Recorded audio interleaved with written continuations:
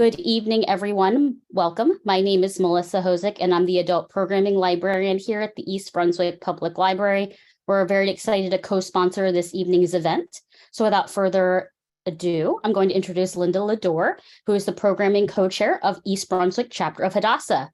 Welcome and enjoy, everyone. Melissa, okay, so here we're ready to go. I'd like to thank you, Melissa Hosick, and the East Brunswick Library for co-sponsoring this event and realizing the importance, its importance in the national conversation. We all wish we could live in a kinder, gentler nation, but in truth, hate crimes abound. We need to pay attention. Recently, the FBI data, recently released FBI data showed that in 2021, roughly 65% of hate crime victims were targeted because of race, ethnicity, and ancestry, with about 2/3 due to bias against Blacks, 14% against whites, 6% against Hispanics, and 4.3% against Asian Americans. Incidents related to sexual orientation and gender identity were about 20% of all incidents. Incidents related to religion accounted for approximately 14%. Anti-Jewish incidents were about 32%. Anti-Sikh incidents were about 21%. Anti-Islamic incidents, 9.5%. Anti-Catholic incidents, 6.1%. Anti-Eastern Orthodox, about 6.5%. When it comes to the Holocaust, a recent American Jewish Committee public opinion survey found that there is ignorance about how many Jews were actually killed in the Holocaust, and also ignorance about how Hitler came to power. In a 2020 survey of millennials and Gen Z, conducted by the Material Claims Committee Against Germany, 56% of respondents were unable to identify Auschwitz-Birkenau, and there was virtually no awareness of concentration camps and ghettos overall, and ignorance as well of how many people were murdered in the Holocaust. And in addition, to quote further, in perhaps one of the most disturbing revelations of the survey, 11% of all United States millennial and Generation Z respondents believed Jews caused the Holocaust. The findings were even more disturbing in New York State, where an astounding 19% of respondents felt Jews caused the Holocaust. Also troubling is the percentage of millennials and Gen Z respondents that have witnessed Holocaust denial or distortion on social media, approximately half.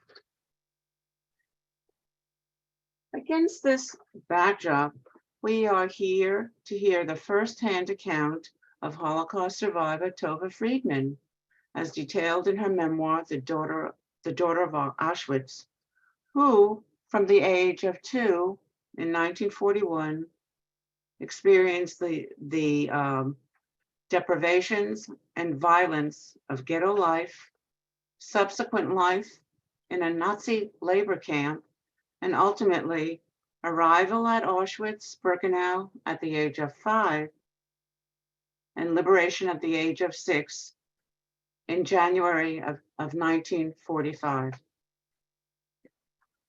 As we pause to take a collective deep breath, we might ask at this point, what kind of life could someone like Tova possibly have? Could any shred of humanity possibly be left? In her story of resilience, survival, and hope, Tova details her surprising journey. Tova earned her bachelor's degree in psychology from Brooklyn College, an MA in Black literature from CUNY, and an MA in social work from Rutgers. She taught at the Hebrew University of Jerusalem. She was the director of Jewish Family Service in Somerset and Warren counties. Now 84 and still a force of nature, Tova continues to work as a therapist and speaks on her experience in the Holocaust. Tova was married to Meir of blessed memory, who passed away several years ago. She has 4 children and 8 grandchildren. Tova's memoir, The Daughter of Auschwitz, My Story of Resilience, Survival, and Hope, is available on bookshop.org or Amazon. We are truly privileged to hear Tova speak tonight and share her experiences and wisdom. Tova will speak for about 45 minutes, followed by a question and answer period. And please put your questions in the chat. Thank you, Tova. Thank you very much. I am really privileged to be here. I've been a member of Hadassah for thousands of years, and I have a life membership. So thank you very much. Those numbers are extremely disturbing to me because, Auschwitz was in our lifetime. That is, it's in the lifetime of many of us. And it's not like it's history of 500 years ago. And yet it happened, let's say, 80 years ago, and people are getting to forget. Forgetting is very, very dangerous because, as somebody said, if we forget and we don't see the horrendous effect of Holocaust and hatred, it may happen again. We look at this terrible earthquake right now. Millions of people are hurt, displaced, dead, but that's an act of God. We don't know, act of nature. We can't prevent it, but we can prevent what human beings do to human beings. That we can prevent. We can't prevent floods, we can't prevent a earthquake, but we can prevent what we do to each other. And I spend a lot of my time talking about it. Let me tell you, I'm going to start almost from the beginning, and I want you to know something. My story is not just my story, or it wouldn't be that important. My story has to be duplicated by at least 1.5 million children who were murdered, starved, drowned, shot for only one reason. They were Jewish and they were children. Children were useless because children couldn't work. The first thing that this big German army did, this gigantic German army with all its planes and all its weapons, was to target the elderly. The elderly, means anybody over 50, were killed almost immediately the moment the Germans entered our town. And then the children. In my town, there were 15,000 Jews. It wasn't a small town. It was about 40, 50,000 people, and 15,000 were Jews, and they lived there for generations. There were hundreds of children. At the end of the war in 1945, there were 200 Jews left. 200 Jews came back from Auschwitz. They survived. And out of hundreds of children, because who knows, maybe even thousands, because the families were very large, five children survived. I am the youngest. I am the fifth child.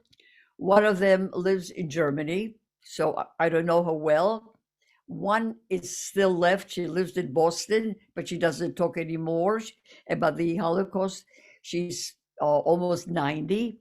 So I am left. I am one of the last people to represent an entire Jewish community. And I feel it's a very big responsibility. And I do it as much and often as people want to hear. My mother lost 150 people of her immediate family. She was the only survivor of a gigantic Hasidic family. And she died very early at age 45 because she did not want to continue to live. My father lost also his entire family. 3 sisters survived. One was killed after the war by the Polish anti-Semites who were roaming at that time, all the different towns. And killing those Jews, they made it through Auschwitz, but they couldn't make it through some of the Polish gangs. My memories is very, very sharp, and I'll tell you why. My mother spent a lot of time talking to me while it was going on, not later on so much, while it was going on. Her parenting style was that if I know what's going on, then I'll be able to save myself. That was the whole purpose. She knew that eventually we'll be separated and I'll be a child on my own. And if I don't know what's going on, I don't know how to behave, I'll be shot. So each time something happened, she talked to me. And my education started very early. I was 2 or 3 years old when we lived in a ghetto. These kind of ghettos were in every single Jewish town. They were duplicated. There were hundreds of ghettos, as many towns, unless the town was liquidated and taken immediately to a concentration camp, and there was nobody left. But if there was a town with Jews, there was a ghetto. So we were all living in a very tight places, and all I remember is that I was under the table. You know, there are many reasons. One, it was safe because they would come in. The Germans would come in. That's before the concentration camps, before the gassing. Shooting was as common as going for a walk. You saw a child, you saw a person you didn't like, you shot them. So I lived there under the table. I ate there. There was also no space, no place to sit, no place to lie down, and I felt safe there. But I do remember voices. You know how you know people's feet? My grandmother, my mother's mother, was taken out and shot. Then my father came in one day and he said to my mother in Yiddish, he spoke in Yiddish, I just took them on a truck. I knew what that was. Now, by then I was about 4.5, and my mother did not try to cover it up. She didn't protect me. She wanted me to hear it. He said, I put them on a truck, and he had tears. It's one of the few times I saw him cry. He able-bodied man. He must have been late 20s, maybe early 30s, but I think he was like late 20s. He had dug the graves for his parents. That's another thing. You see the way you degrade people. Look how how can you kill 6 million people? It has to be a plan, and the plan has to be solid. And you know, this is what's so painful to me and so hard for me to understand. They weren't simple people. They were the intellectuals of Germany. They were the professors. They were the PhDs, the doctors, the lawyers. They were high echelon. They weren't the bums. The bums did the killing maybe, but the plan was made by brilliant people. So this is what they did. They used us, the Jews, to kill Jews, to do all the dirty work. So it's interesting, you know, when at the Nuremberg trials, I don't know all the details. I couldn't even listen to that at that time. I was a teenager. when some of the Germans were asked, did you kill any Jews? They said, of course not. When they gave the orders, they themselves did not have blood on their hands. We had to do the work. So my father dug the graves, and they shot them. They fell into the graves. That's the elderly people, all of them. And then it's people like my father who would have to take the bodies and bury them in a Jewish cemetery. There was a cemetery there. So his hands were the blood, not the Germans. And the same thing with children. So in the beginning of the ghetto, all the elderly were killed. That means we didn't have the structure of a society. They broke up the family. Family keeps people together. Family is many families, our community, many communities, our nation, and so forth. That's the first thing they did. They broke up the structure that held us together. All our grandparents were killed. All our intellectuals, our doctors, our lawyers, our rabbis, our teachers, our doctors. I had an uncle, Uncle James. I always talk about him. He was about 22, 23, married to my aunt. She was only 17. It was people got married very young, especially when the war was beginning. Everybody tried to get together. They were so, just do some bonding, not to be alone. And he came from Germany, a German Jew, and he thought, oh, he's an intellectual. He was a lawyer and he could speak German. So he went and he volunteered to be a translator. He thought he will save the family or maybe get an extra piece of bread. He was shot right away, just by asking, just by going and telling them that I will be your translator. Shot. So the ghetto was abandoned by all the people who could be of any help. And one of the other things that was, I'm just amazed even to this day that I think about it, if you want to save bullets and starve the people, there must have been some genius nutritionist who knew how much to give so you could live a week, 2 weeks, a month, so that you could save a bullet and you don't have to take them to concentration camp. They will die in place. So there, the ghetto, the starvation began. Absolutely terrible starvation. And the hygiene, everybody living together, no doctors, illnesses, had terrible typhus breakout, typhus and dysentery. So here, people went again. There were, they sometimes they didn't even lift a gun or a bullet. We just died from just being in place, not eating, not sleeping, very little food, and terrible diseases.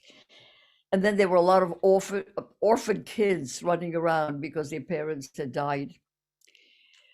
There are many stories about how the ghetto functioned, and I can't go into all of this because I also don't remember since I had my own little life.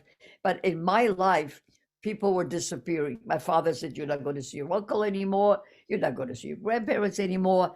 And I never met my mother's brothers and sisters because they were taken to a different ghetto. That's another thing, they separated people. Excuse me. There were less and less and less and less people in the ghetto because there were selections. Each ghetto was destined to go to a certain concentration camp. There was also a plan. Our ghetto, Tomaszów Mazowiecki was the name of the town, was destined to go to Treblinka. That's where they went. So the trains went straight to Treblinka, and some of us who stayed behind stayed for a purpose. The purpose, we were the cleanup squad. I still remember to this day how most people were like there were shootings. Okay, the way they chose people, they didn't even have to choose people. They took us all outside. We sat on the ground. I remember my mother had me on her lap and she was holding me extremely, extremely tightly. And the shooting began. Whoever was left alive was left alive. These others, the bodies were buried somewhere. The rest of the people were taken to Treblinka. 36 people were left. We were among them. And my mother said to my father, oh, they're going to kill us now. Our job is done. But they didn't. They took us to the next camp in a truck. The next camp was a real labor camp. It was a ghetto, but it was labor. They worked, my parents worked every single day from about from dusk to dawn, from dawn to dusk. Early in the morning, they went and came back at night on trucks. And I never knew if they'll come back because there was some kind of they worked with some kind of powder, an explosive powder that if you inhaled it, something happened to your body. And many, many people didn't even come back from the factory. You know, the survival of the fittest. Whoever came back, came back. And this camp, like all the others, they had the selections. They happened periodically. This one, this street will be killed this week. This street this week.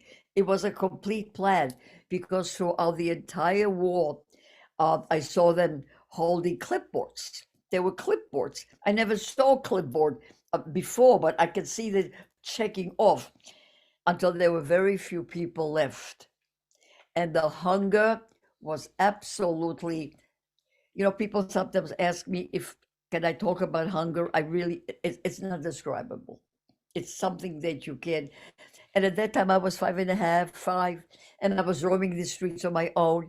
And my mother was worried. She was gone the whole day. I was a 5-year-old child running around the streets. There were very few kids. I could have stayed in a barracks if I want, but I was frightened to death. I didn't want to be by myself. So I'd run around with the boys. There must have been maybe 24 kids. Everybody else had been killed before that. And she taught me, she said like this, if you ever see a German coming towards you, go to the side. Don't look at him. No eye contact. Throughout the entire war, I had no eye contact with any German soldiers. She told me eye contact means death. Eye contact, he will notice you. He will see you. He will recognize you. And I knew what that meant.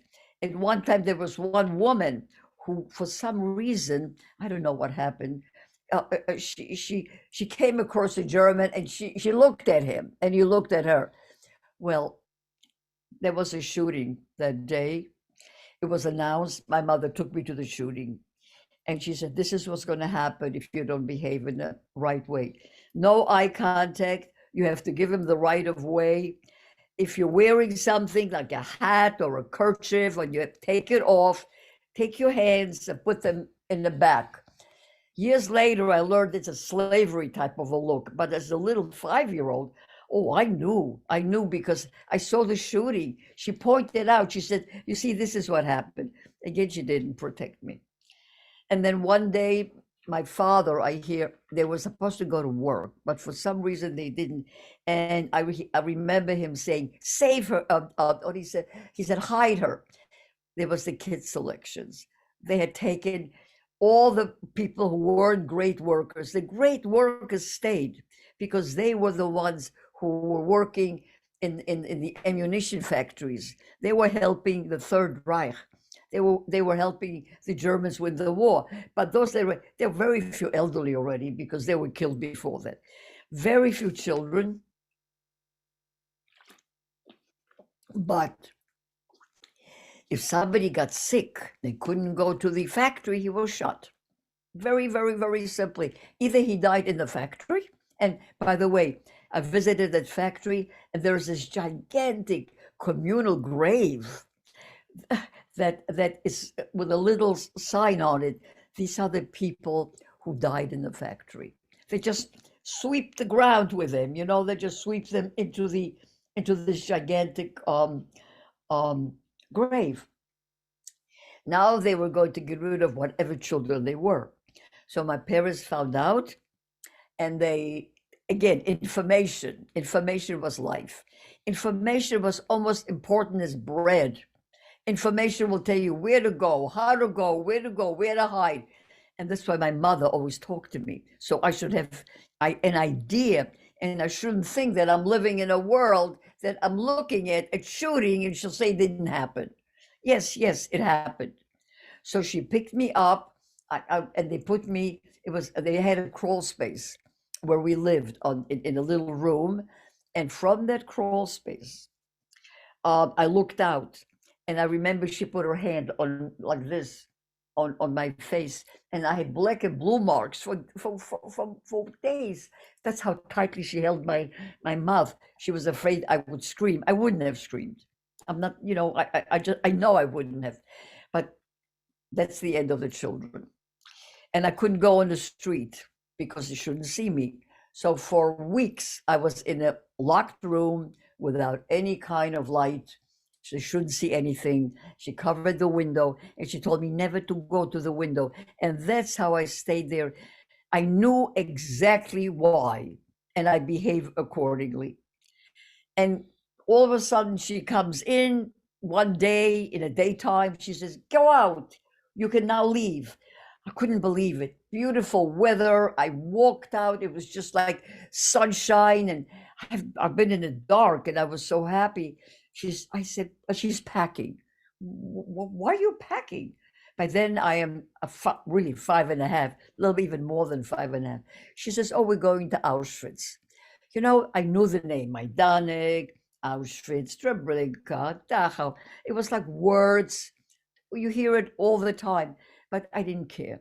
I was out. I was out in the sunshine. And I remember walking to the train.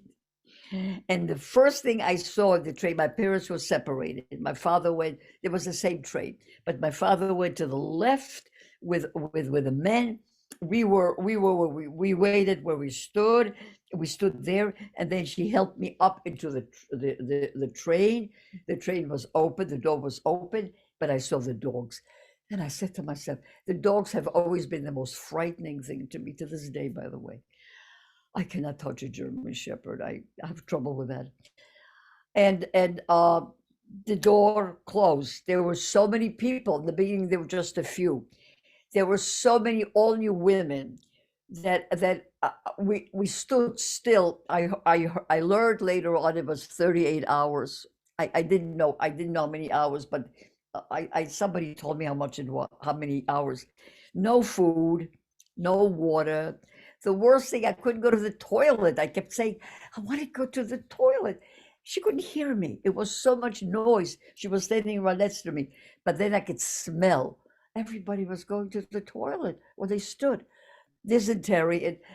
So did I. So did I. And I remember sort of,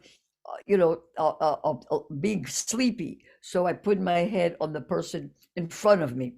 Nobody even felt it. She was wet from sweat. It was so hot until we arrived to Auschwitz. We arrived there, and I want to do it quickly because in case you have questions. The noise, and again, the light, and the dogs. And I saw the dogs looking at me. I was exactly their height. And I said to my mom, "They're going to kill me." She said, "No, they won't, because they only kill if you run. You're not going to run." No, of course I wouldn't run. And then she went, she left me for about a few minutes. I don't know how long. She just walked away. I'm holding onto the suitcase. And she comes right back. She says, "I saw your father. He's covered with boils. He's not staying in Auschwitz. He's going to Dachau, but he was tattooed already." I knew. I heard about tattooed. I knew about Dachau. So I didn't know how far it was. I didn't know it was in Germany, but I knew he wasn't going to be with us. And then she says to me, "Get undressed." Well, I didn't hear the orders. They must have given, I guess, in German. I have no idea. And maybe Polish. And then I said, "Why? Why should I be naked?" She said, "They want to check if we're healthy. If we're not healthy," she pointed to the crematorium, "you could see the smoke." And I said, "What is the smell?" She says, "It's burning of the bodies." So, 5 minutes off the train, I got the picture. I understood. I understood you have to be healthy. I understood that my father, I won't see my father anymore. He's gone somewhere. And I understood that in this place, they're burning bodies. Maybe I heard it before, but it didn't, it didn't, I didn't really understand it until I saw the smoke. And after they look around, and I remember saying, am I okay? Am I okay? She said, yes, you're okay. Question, 99.9 of kids my age were taken straight to the crematorium. I told you they wanted no children. Never found out why they didn't take their transport. Never found out. Somebody wrote a book, went to Rutgers here, and I read his book. And it said that this particular transport arrived on a Sunday, and the Germans had 4 crematorium going. And because it was Sunday, they didn't want to open up another one. They were like, it was their days of rest. Can you imagine? They were Christians. I don't know what kind of Christians these were. So I made it. And I guess they thought I will be going anyhow to Birkenau. I'm there. They'll be on a barrack. How long will I make it? Most people didn't live more than 2 or 3 months. If you're lucky. And then they gave us back some clothes, not my clothes, and they shaved my head. I remember standing on a bench, and they took my braids and my hair, and I couldn't find my mother because, you know, it's very hard to see somebody without their hair.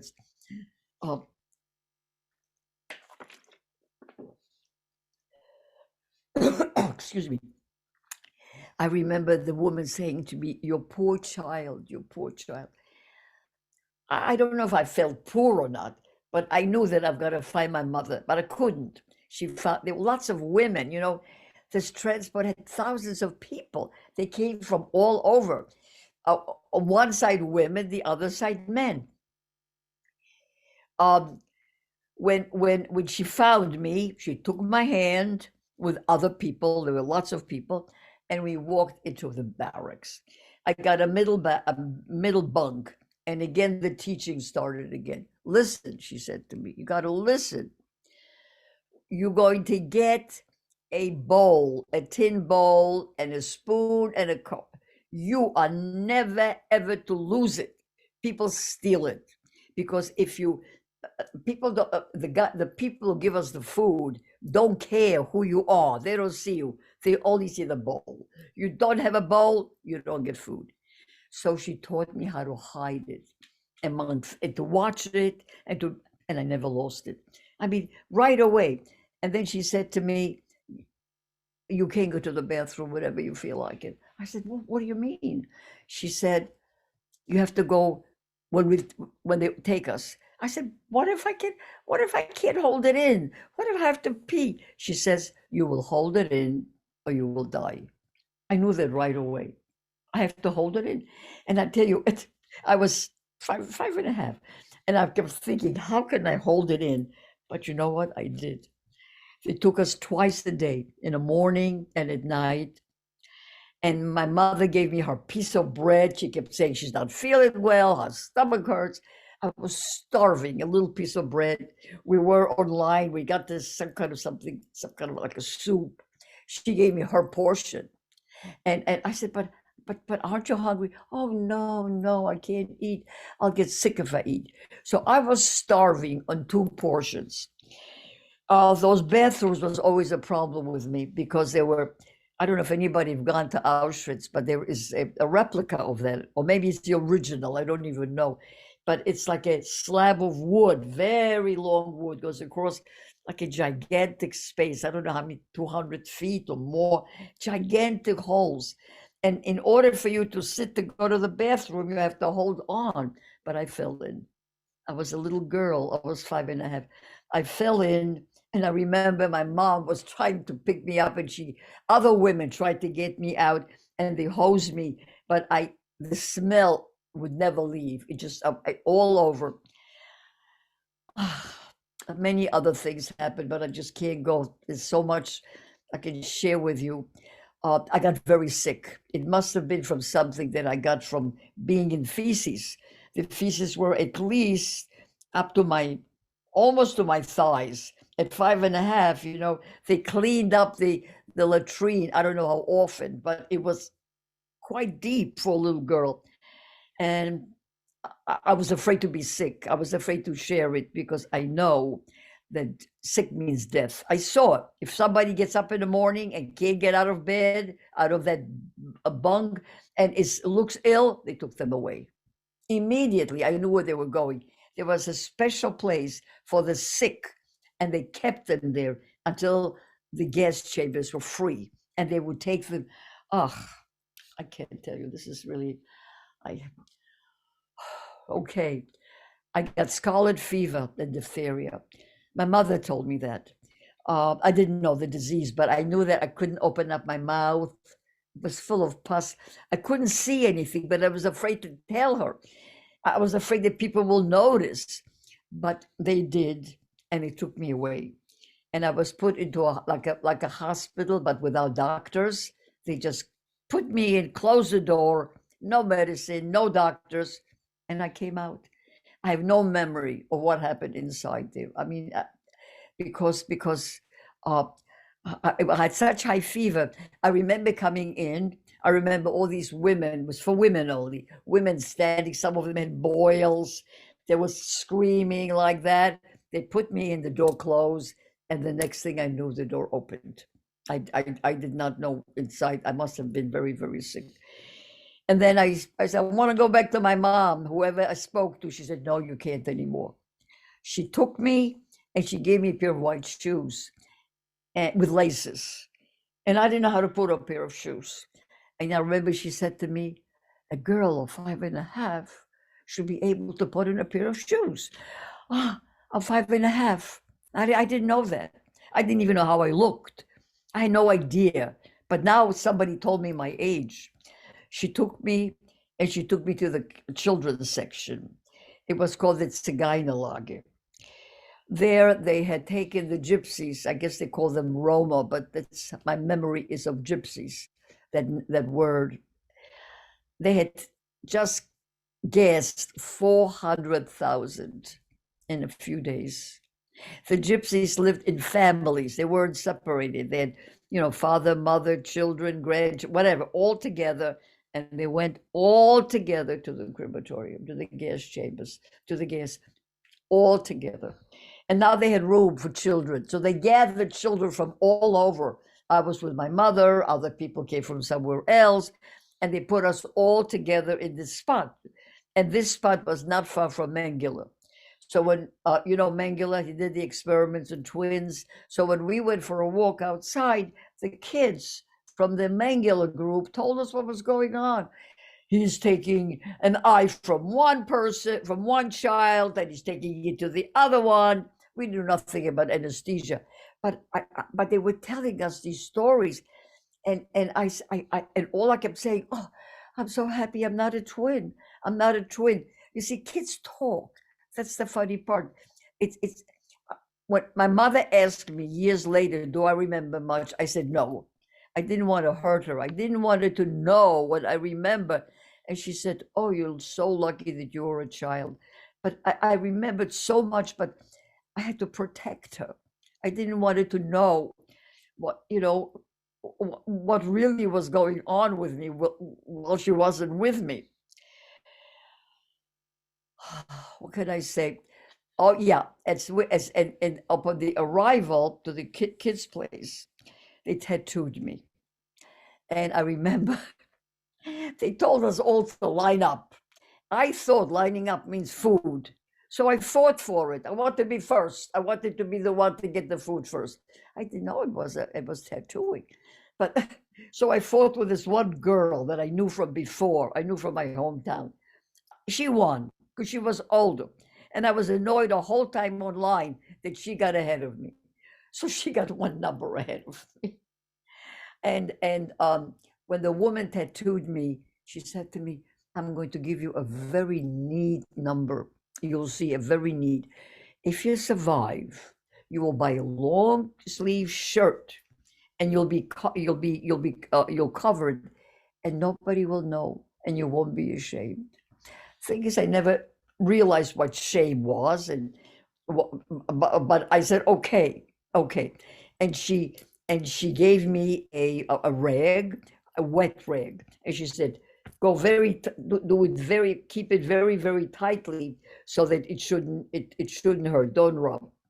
And she taught me how to say the words 27,633. I didn't know what it was, but I learned it very quickly. She said, what's your name? No more, she said, that's not your name. No, forget your name. This is your name. Say it again. I didn't know what I was saying. I didn't know 7, 8, 9. I didn't know numbers. I didn't even know the numbers. I didn't learn numbers till I was 8 or 9 years old. I have a lot of trouble with numbers. And I want to go a little bit skipping because it's a world that will take.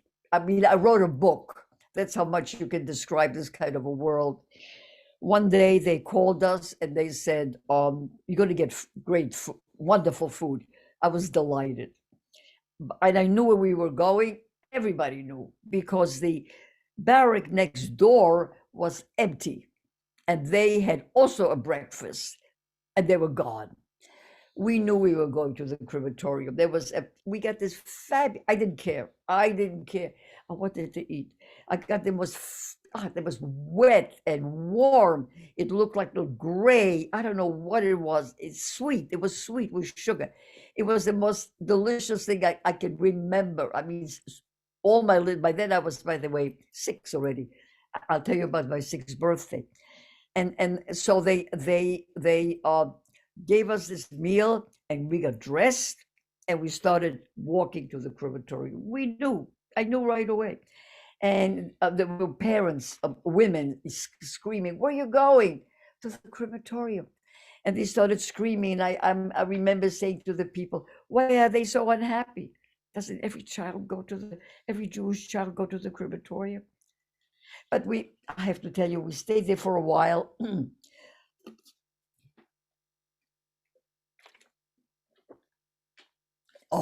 We stayed there a whole day, I think. We were freezing and we don't know what happened. They sent us back. Excuse me. And then I remember saying, the parents were still outside, the mothers, and they said, what happened? I could hear my name. I haven't heard my name for months now. I only knew my number. And I knew it was my mother. And I said, they'll get us next time. Well, I want to go back just one time how I know my age. I was 6. I got a little package. And it was a little pack, as a piece of bread inside a bag. It was a blue bag. I put it inside my clothes. I was going to keep it forever.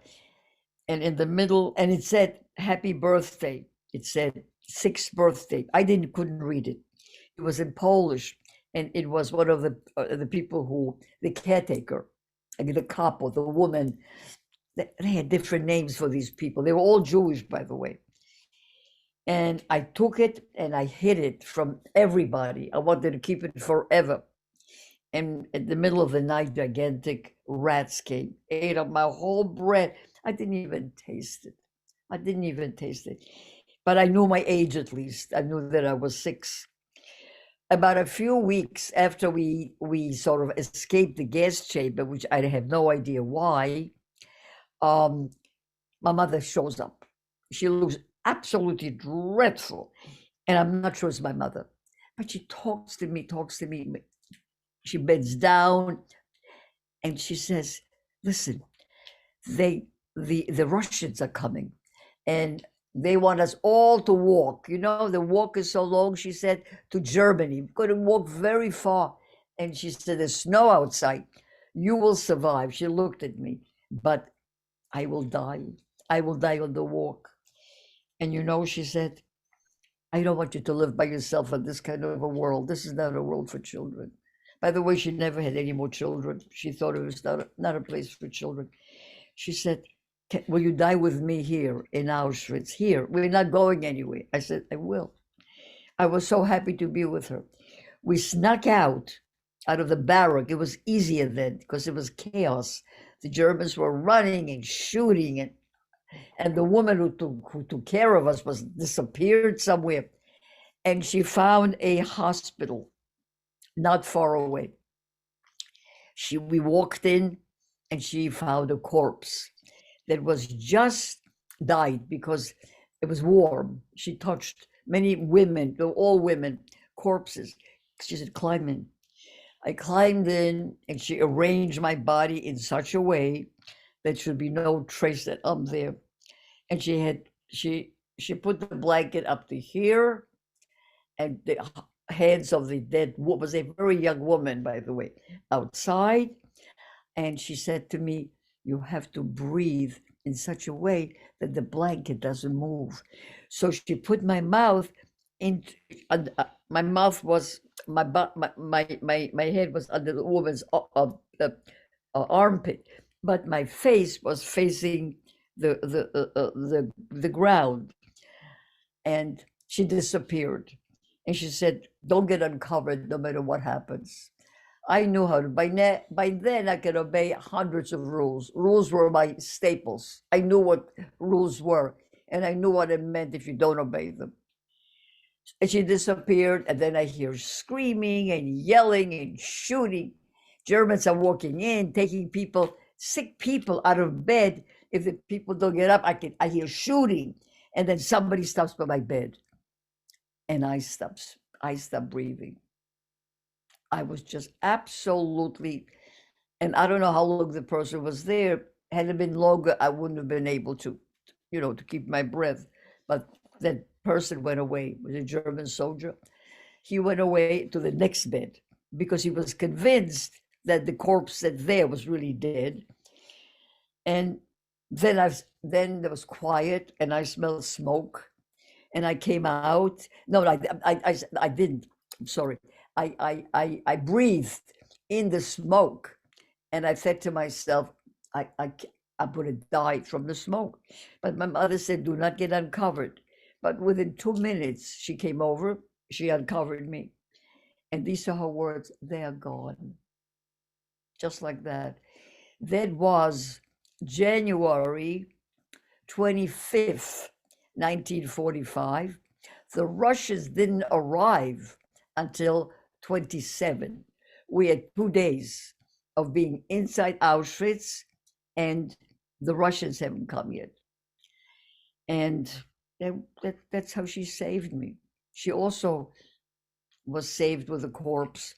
And when I set up, there were all these people throwing the corpses off their beds because there were many people hidden with corpses at that time. And that is sort of the most I can share with you. I would like to share more. Oh, let me see.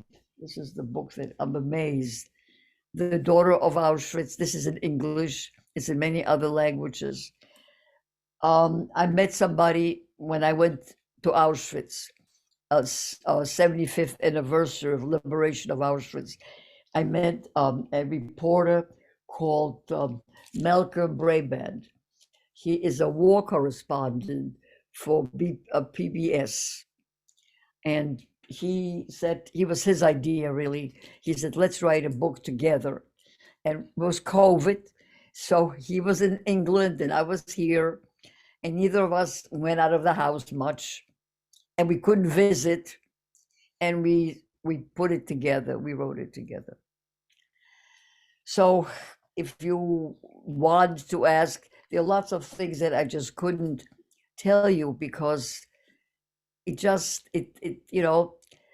had, I have other incidents, but it's very hard to explain. What I tried to do, and he was very helpful in this, is to make it very visual because numbers are great, 6 million, 1.5 million, but the daily life, and this you have to multiply by the other children. I wasn't unique. They just weren't as lucky. They were in the wrong. Had I come on a Monday or a Saturday, not on a Sunday, I wouldn't be here. Just my transport came on a Sunday. I didn't plan it. Nobody knew about that. It just happened. do you know, so a lot of it is luck. My parents' ingenuity also, they're teaching me how to behave. There's some other incidents that her teaching were very good for me, saved me. But other children just couldn't make it. So if you have any questions at all that I can help you, I'd love to hear them. Tova, that was an amazing and powerful presentation. Our first question is, your mom was amazing. How did her parenting style impact how you raised your own children? I wasn't a great mother. I'm a better grandmother. I learned because I kept telling my kids the truth, but we live in America. What do they have to know? Nonsense. When they said to me, let's play, I said, play? What do you want to play for? They used to say to me, let's go to the mall. I said, the mall? So my husband said, all right, I'll take them to the mall. You know, the American style of child raising, I couldn't get it. I didn't get it. I don't understand. So it took me a while. But I did tell my kids the truth. I never played. I never, as a child, I was very serious. I was very worried about when I was in America, by the way, in Brooklyn, I remember eating regular meal and I wanted a second helping. I didn't ask for it. I was afraid there wouldn't be enough. A different style. So when my kids, they'll do this, they'll go that. Lucky my husband was an American and he could make up for my craziness. So they could go to the mall, they can go to the movies, they can have popcorn, they can do this stuff. I said, why don't you read War and Peace or something like that? But my grandkids, I've learned already. Another question is from Cheryl. Have you connected with other survivors through the years for mutual support? Absolutely, absolutely. The 5 children, we found each other. Not only do, and we met, not 4 only, because the other one is in Germany. Every January 27th, we all went together somewhere and we spent a weekend. No telephone, no husbands, no friends, just us. Talked about our lives, about our memories, what we felt, how we took, that's what I asked somebody, well, you got the tattoo. What did you think of the woman? She said, oh, her hands were shaking. I said, yes. And I said to her, yeah, I thought this lady doesn't want to do what she's doing. She's such a nice lady. And then she was killed. So there was just us. And we ate excellent food because food was our big thing. Yes. And another thing, you don't have the picture. You probably don't have it. Maybe I have it. Just a second.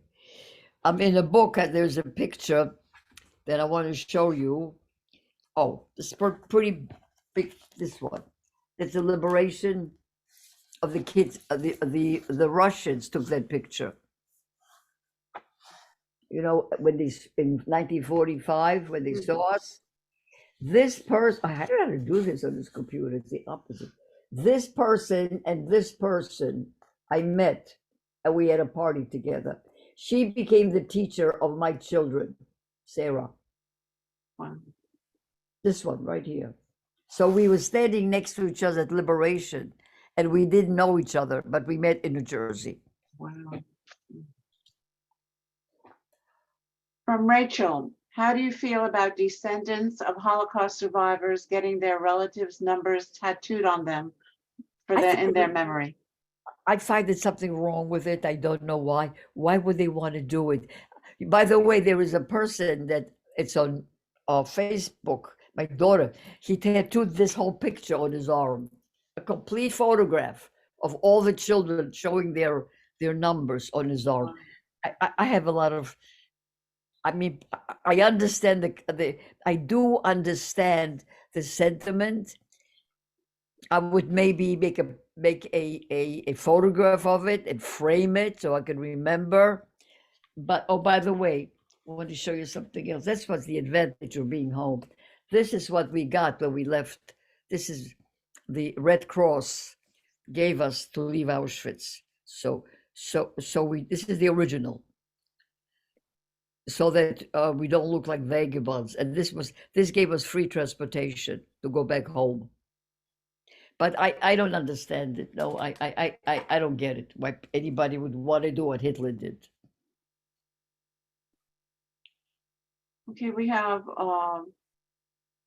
Hugo from Paris, France, and he thanks you so much for the opportunity to hear you.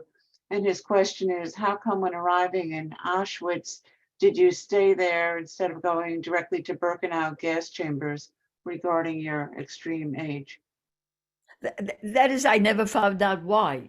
And the reporter who wrote with me is a researcher, and he couldn't find the answer. There were one reason is that it was Birkenau, by the way. The train arrived to Birkenau, not to Auschwitz. Auschwitz was a mile away. Auschwitz I. This is Auschwitz II, the Birkenau. The train came to Birkenau, and she's 100% right. We were supposed to go straight. I don't know. I don't know. And I told you it's because it was Sunday. There was another theory. They had just killed thousands and thousands of Hungarians. They had just murdered. There was no room. There was no room in the gas chambers. You see, they thought we would die anyhow. So it's today or tomorrow. It's absolute. To me, it's a miracle even to this day. 5 to survive out of thousands. And this was just the beginning. There were other things. I could have been shot any time. We stood on a okay, never mind. Let the people ask questions. Okay, this one is from Barbara. What made it possible for you to become a therapist and hear the problems of others? Well, I became a therapist as an older woman. I was 40, already a mother with 4 kids, because I lived in Israel before that and taught at the Hebrew University. I somehow have this idea that I like to leave this place better than I found it. I don't know how. Talking isn't enough. I can talk, okay. But to do something. You know, I had a client, not Jewish, who heard about me a few years ago. You know what she said to me, which is very interesting? She said to me, Tova, I just figured out why you were saved. I said, how? Why did you? So you can save me. That's a very touching thing. That means I do something for other people. And you know what? Pain is pain. And sometimes things are even worse, like you deal with incest or other terrible things. Pain is pain.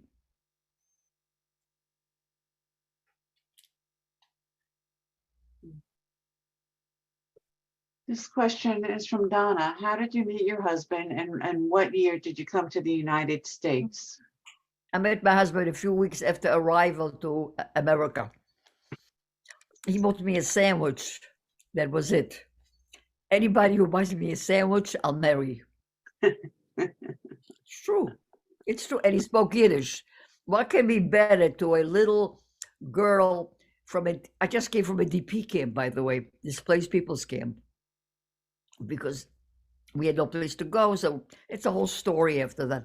So he said to me, let me buy you a cheese sandwich.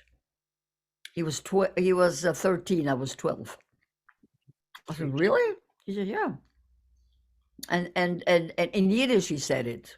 Okay, I came home, I said, I just met a boy I'm going to marry.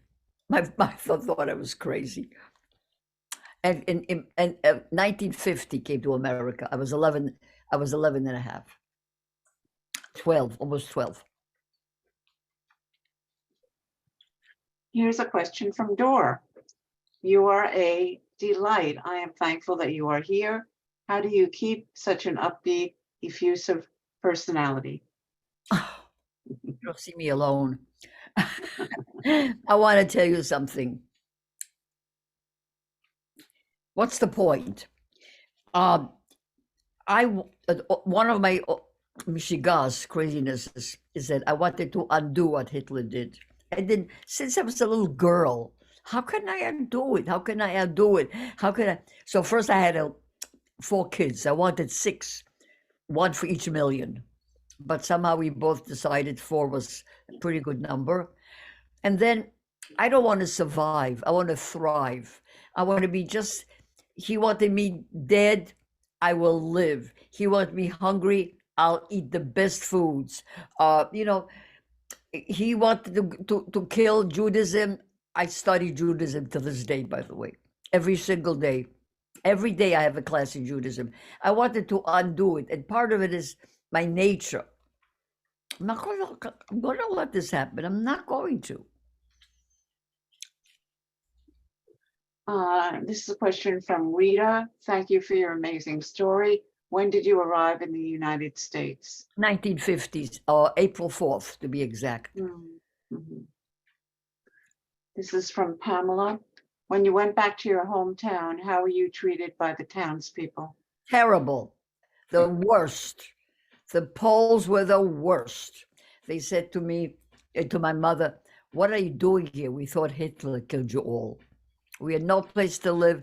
They were the worst. And in school, they called me dirty Jew. And they said I killed I killed Jesus. I remember coming home to my mother and said, somebody says I killed somebody. Who is Jesus? I didn't have any education of anything. I said, I killed somebody. I don't even know them. Terrible. And I didn't go to school. I refused to go to school.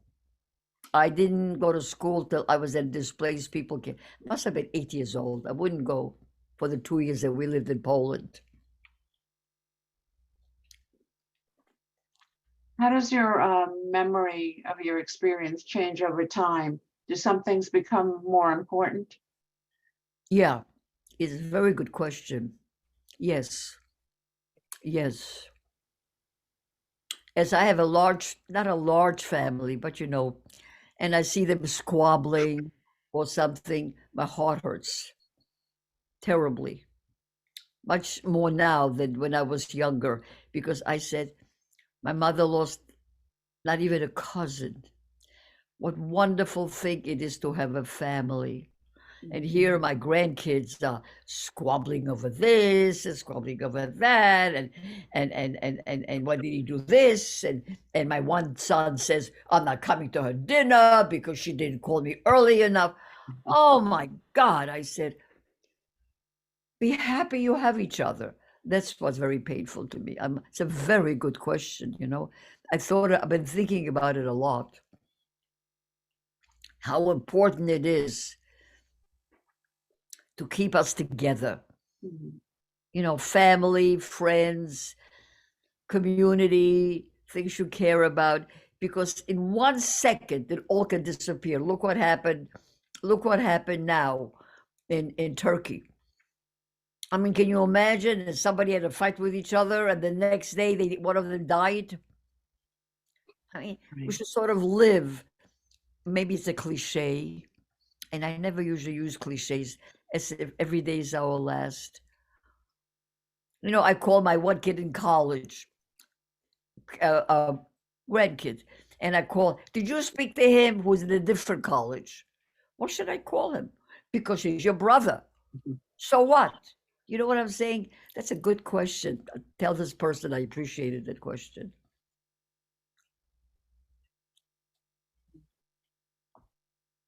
From Beatrice, from B, have you ever participated in the March of the Living? No, but my 2 grandkids have.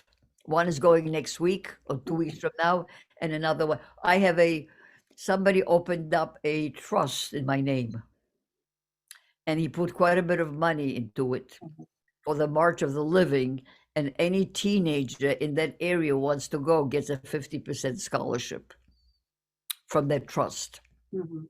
because it's expensive. Okay. Who helped you, from Barbara, who helped you settle here in the United States? I don't think anybody. We came. My father was very resourceful. He had a job within 3 weeks. And we moved into a little apartment in Queens. And I did exactly what the woman in Auschwitz told me. I got a long sleeve shirt, and I didn't talk about the Holocaust, and I didn't talk about my number. I remember what she said to me. And by the way, the teacher in 8th grade agreed with her. She once saw my number, and she said, I told her what it is. She says, cover it up. Don't talk to anybody about it.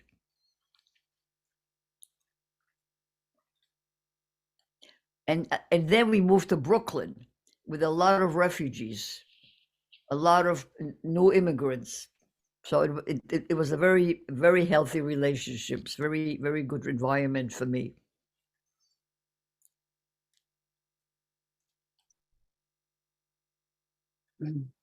Did you experience anti-Semitism in the United States? No, Rachel? I'm very lucky, but I'm very, very upset what's going on right now. And I really want to talk to anybody who wants to talk to me. Speak to my grandchildren about it, because they'll see it on campus.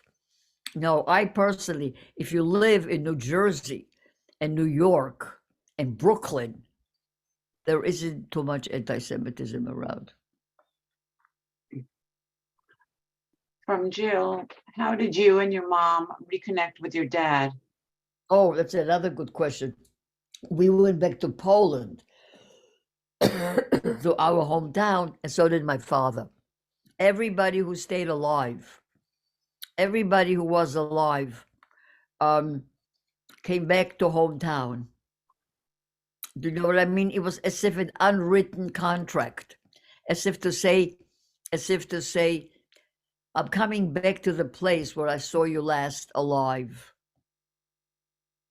And my mother, we waited 2 years, 2.5 years to see who came back. And nobody from my mother's family came back. And my father came back from Dachau.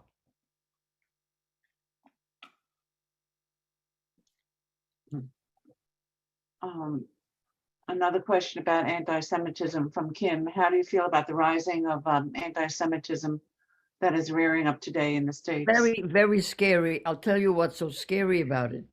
I spoke at a college that didn't have a single Jew. The person who invited me was half Jewish, and he was a big guy on campus. He was a ball player. So he said he wanted, and he saw the anti-Semitism, and somehow the powers there, the president agreed. So he said to me, you know, we don't have any Jews here except me, and I'm a half Jew. I don't know, mother or father was Jewish, and yet we have an anti-Semitic parade. It's shocking. I don't know what it is.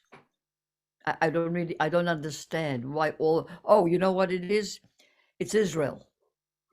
The people don't like what's happening in Israel, or that Israel is so strong, or so they started on the Jews. They had to have some excuse. How did your experience as a survivor contribute to your skill as a therapist?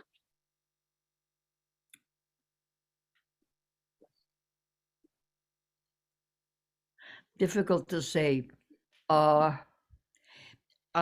feel that, you know, my attitude is that we are all more resilient than we think we are.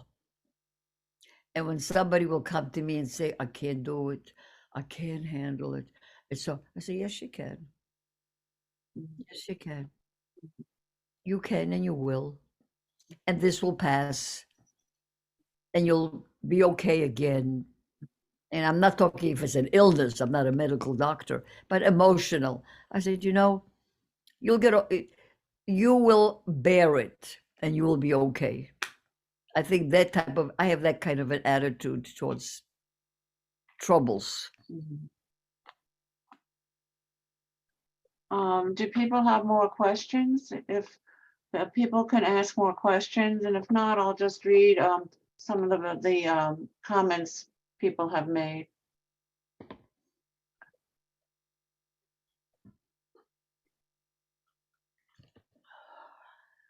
There's one question here. Okay, if people told you to cover your number and not talk about it, how did you decide to start sharing your story? Well, I always felt, well, when I was about 12, a doctor wanted to take it off for me. So I should not remember that anymore. And I wouldn't. I really felt I have to tell somebody. And when my kids were in high school, my oldest daughter in high school, she told her teacher that I was a Holocaust survivor, and I started talking. I was quite old, my 50s. That's amazing. Yeah, I didn't talk about it before. In fact, when this book came out, I had a friend from Brooklyn. We knew each other at the age of 17. He said, we were together. We did everything together. He said, we went to the beach. We had parties. Why did you never tell me anything? How come I'm finding out now, 60 or 70 years later? I never talked about it.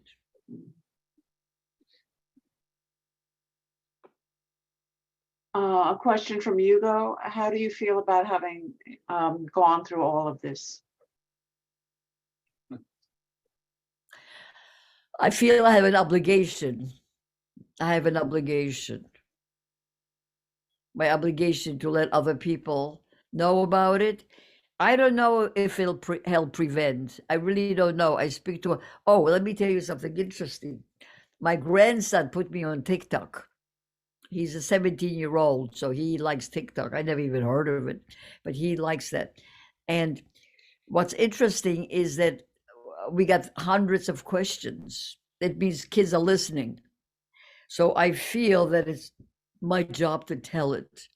I don't know if it'll help. I don't know what else. What can any of us do against anti-Semitism? I'm just trying to tell, I don't know if they will listen, that if we continue hating each other for color, for different sex, for different religion, for different ideas, it's okay to not like each other. I don't have to like you. I've learned nothing about you, but I can't kill you. And I can't promote that kind of talk. So that's what I'm trying to do. I'm trying to say, if you're going to allow to get rid of people who aren't like you, that could be an end result. How often do you have flashbacks?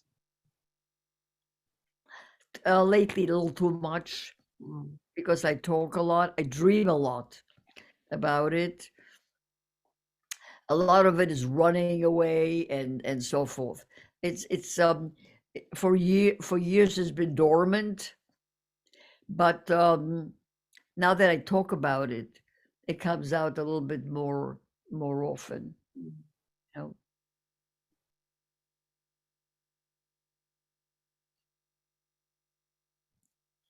Did you take your family to Poland? Did you take them to the Holocaust programs? Oh, I took them to Auschwitz, and I have 2 sets of twins, and I took them to Mengele to show them what they did with twins. I didn't protect them, just like my mother didn't protect me. They have to know. They can't live in, you can't think that their house is the world. And we lived in Israel a lot, so my children know a lot about Israel. We all speak Hebrew, and so forth. But my grandchildren are very part of this culture. How did your children and grandchildren handle hearing about your story? Well, you Right. know, they were born with it. Mhm. Because the first time when a 2.5-year-old would say to me, why did, no, let's say 3-year-old, why did you write something on your hand, on your arm? You're not supposed to use a pencil on your hand. I say, I didn't do it. Somebody else did it. Who? Bad people. And that's the end of it. Wow. And then slowly, as they get older, they learn as they were able to understand. But they always knew it. When did you go to Israel and why did you go? When did you live in Israel and why did you go? Oh, I lived in Jerusalem. I taught at the Hebrew University. I went there before the 6 Day War. It looks like I miss wars. I like to be, I was in 67 war. I was in 73 war. You know, I'm comfortable with wars. So I came back 10 years later. It was economic. Nothing, I love it. I absolutely loved living there, but it was economic issues. Were you ever contacted by the Shoah Project to tell your story? Yes, I did. Yes, a long time ago. Yeah. Were your parents more or less religious after leaving the camps? Oh no, no, no, no, no. My mother, who lost such Orthodox family, she just didn't want to live anymore. So she died at 45, and she talked about it a lot. And we were kosher, I think, more out of habit.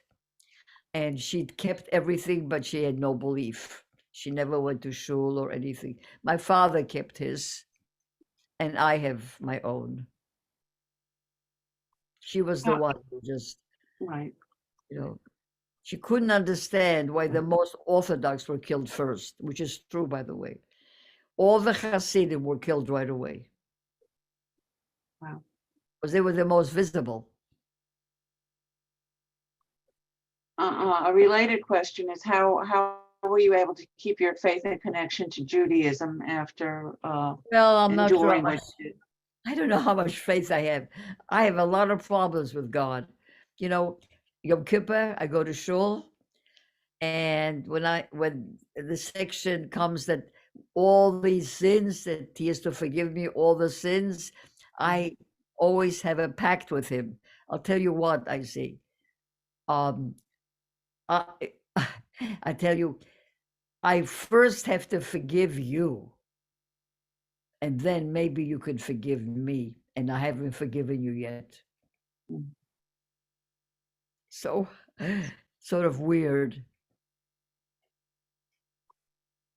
You described how much your mother's influence, how much you described much about your mother's influence. How was your father when you reunited with him? Well, my father was always different in a way. The way he saved us during the war, he was the one who knew the information. He was the information person. Mhm. And my father wanted to go back to life as quickly as possible. Mhm. I don't remember him being depressed. Mhm. He 3 of his sisters survived, one was killed. And, he wanted to really go back to life. As he was a singer and an actor. He loved acting, and he was a tailor. He made money by being a tailor, but his thing was theater. And he was but my mother couldn't. So, and after my mother died, he remarried about a year later, a wonderful, wonderful woman. He just felt he had this life force which she didn't have. She had it during the war, and then she just gave up. What was the first thing you did upon liberation? Eat, eat.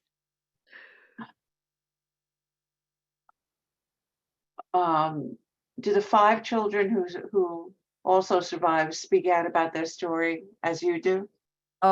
No, one could not speak. She couldn't.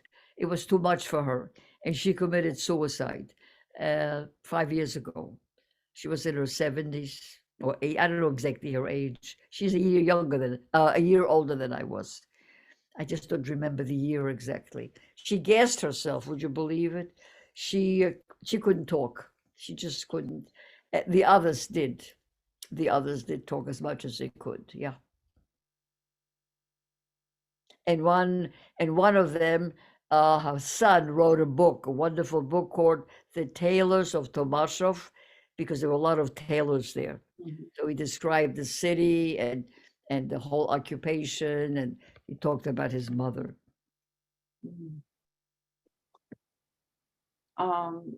We're close to running out of time. Do you know anyone who was saved by Oskar Schindler, and what do you think of his story? No, I don't know. Oh, I must have met people by Schindler. I think it's Hollywood. You know, I mean, it's good. Look, I don't know if anybody can do better. There's no way to describe. I can't describe. What I said to you is, you know how much I described? A quarter. Mhm. I don't have the words. Mhm. Mhm.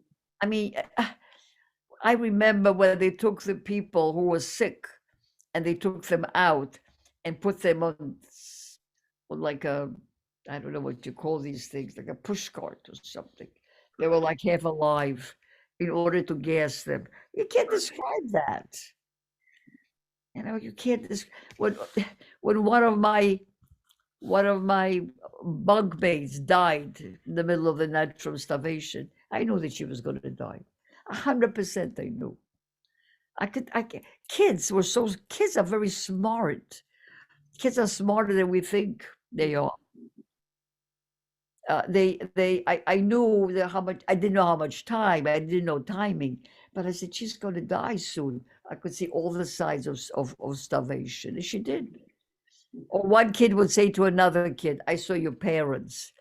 And usually a younger to an older child to a younger child. And the young child would say, no, you didn't. You don't know me. You don't know what city I'm from. Come, I'll show you. And he takes them to the window and you see the smoke. And he says, these are your parents. You know, we knew everything. I think the last question we could take is from Rachel.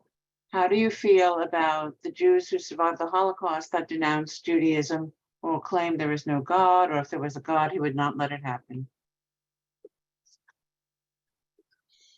You know, it's can't judge them. You really can't judge them. I once went to a conference where child survivors, where I asked the people who organized it if we could have a Shabbat service. Now they have it. There used to be a time where they did not have a Shabbat service. But we didn't have any prayer books because we weren't prepared. We were in some city. I don't know what city we were in, because they have these in different cities around the country. And I said, okay, I'm going. I don't know things by heart. I know a little bit. So I'll be there. So everybody said nobody's coming. Nobody believes in God. They were all treif. They're not kosher, those conferences, you know, and I'm kosher, so it was hard for me. But before an hour passed, there were 50 people there who said they don't believe in God, and the God is horrible. And they cried and they said, where was God when my parents were burning? In other words, how can you be angry at a God you don't believe in? You have to believe in God if you're angry at them, at him. And those people who say they don't believe in God, the anger is so deep. They wouldn't be so angry if they didn't believe in God. Because who are you angry at? I mean, I don't know, with this what's happening now, you know, with all these people are dying right now with the what's happening in Turkey. Who are you going to get angry at? God? Wow, yeah. You know, it's anger at something is always a belief in something. So, Tova, I'm just going to read a few of the comments from people that really, that I'm sure all of us feel. This one is for Deborah. Thank you for sharing this incredible presentation. I am so grateful to have been a listening member. I am very moved and so appreciate this bravery and candor. Thank you. And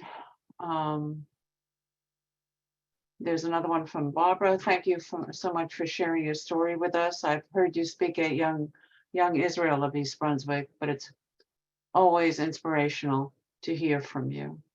Thank you. I saw somebody said God had nothing to do with it.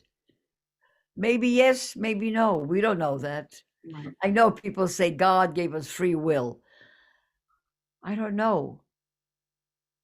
It's philosophical. I really don't know.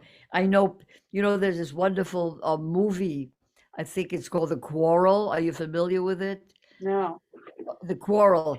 Two friends who were in yeshiva together before the war, and all went through terrible situations, and they met again. They survived, and they met after the war.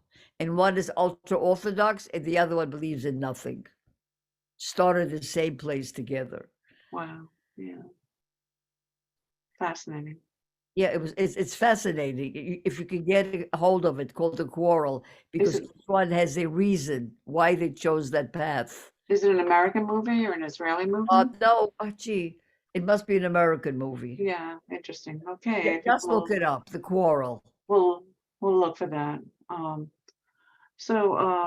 Tova, it's really very incredible to hear you speak. I read your book, and there's nothing like hearing your story from your own lips. Thank you. Melissa, would you like to say something in closing? Melissa, okay, great.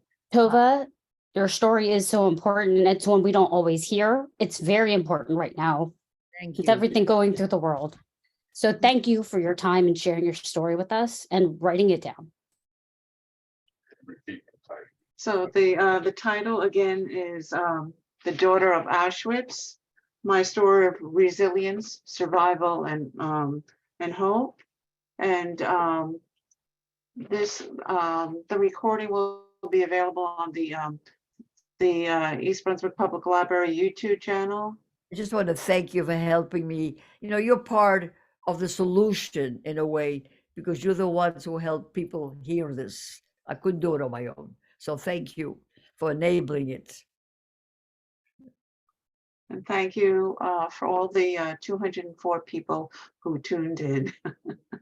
Thank you so much. Thank you very much.